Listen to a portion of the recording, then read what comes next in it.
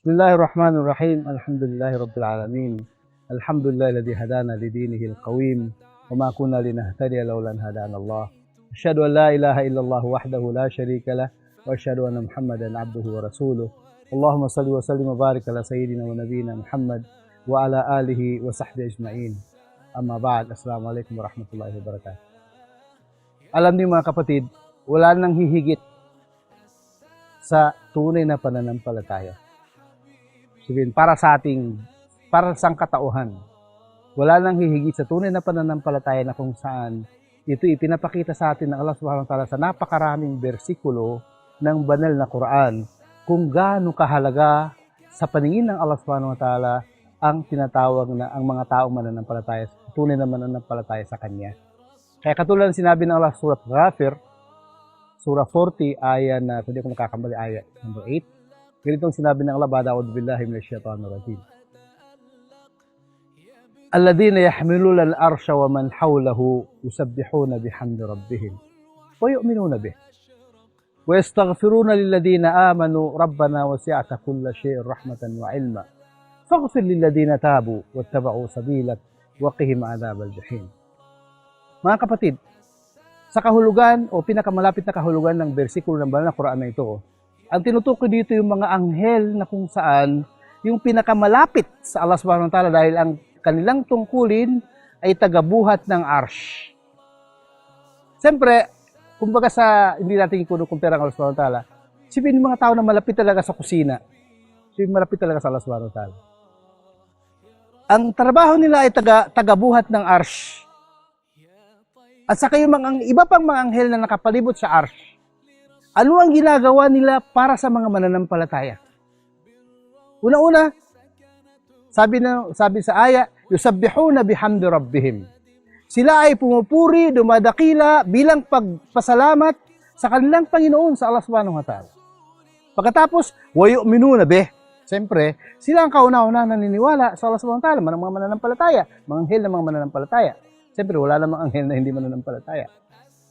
Pagkatapos, ito na yung pinakapunto mga kapatid. وَيَسْتَغْفِرُونَ لِلَّذِينَ آمَنُوا. Ikaw ay natutulog na humahinga, samantalang ang mga maanghel na ito ay humihingi ng kapatawaran sa mga mananampalataya. Allah. Ibig sabihin, ikaw ay nananahimik, pero mga anghel humihingi ng kapatawaran para sa iyo. At anong sinasabi nila habang humihingi sila ng kapatawaran? Sabi nila, Rabbana wasi'ta kulla shay'in rahmatan wa 'ilma.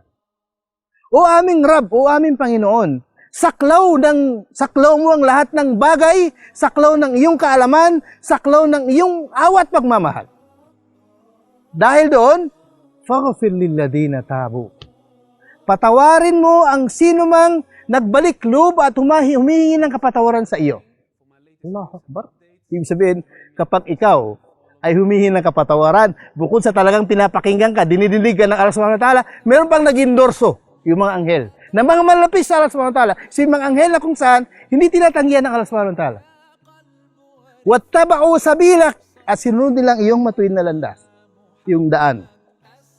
Waqihim adhabal jahim, at iligtas mo sila mula sa parusa sa impyernong apoy.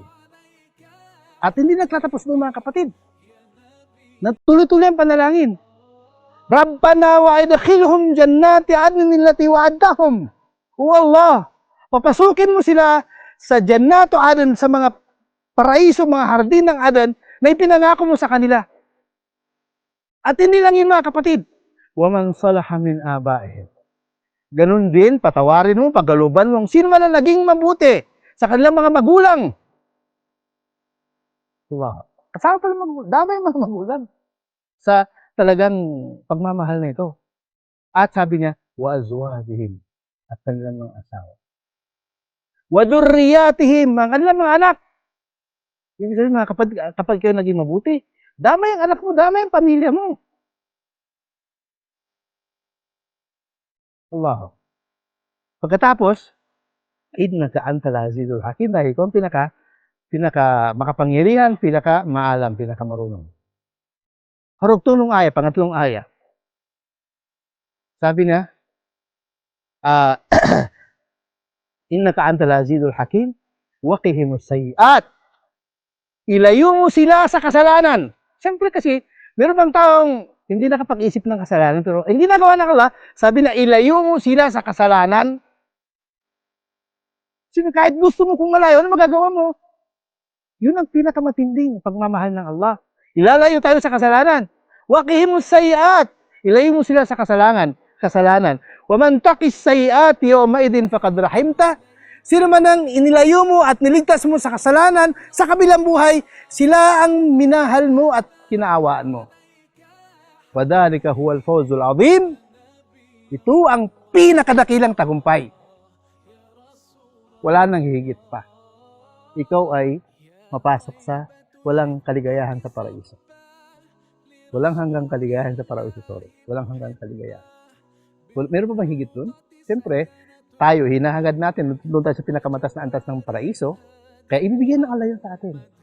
Allahu Akbar. Kaya ito mga kapatid, sa tingin mo kaya, meron pa bang hihigit na katangian ng mananampalataya na bukod sa kanyang kabutihan, bukod sa gantimpala at bukod sa pagmamahal ng Allah subhanahu wa ta'ala, meron pa palang mga buti na mga malapis sa Allah na mga anghel na nagmamahal sa iyo. At hindi nila pinagkait ang kanilang kapangyarihan para ilapit ang iyong pangangailangan na mapatawad sa iyong kasalanan at mapasok ka sa walang hanggang kaligayahan sa paraiso. Hindi nila pinagkait, ginagawa nila ng tuloy-tuloy. Kaya ano pa bang hanapin mo?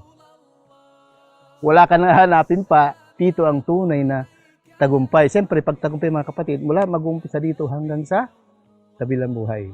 Subhanakallahumma bihamdik, asyhadu an la ilaha illa ant, astaghfiruka wa atubu ilaik.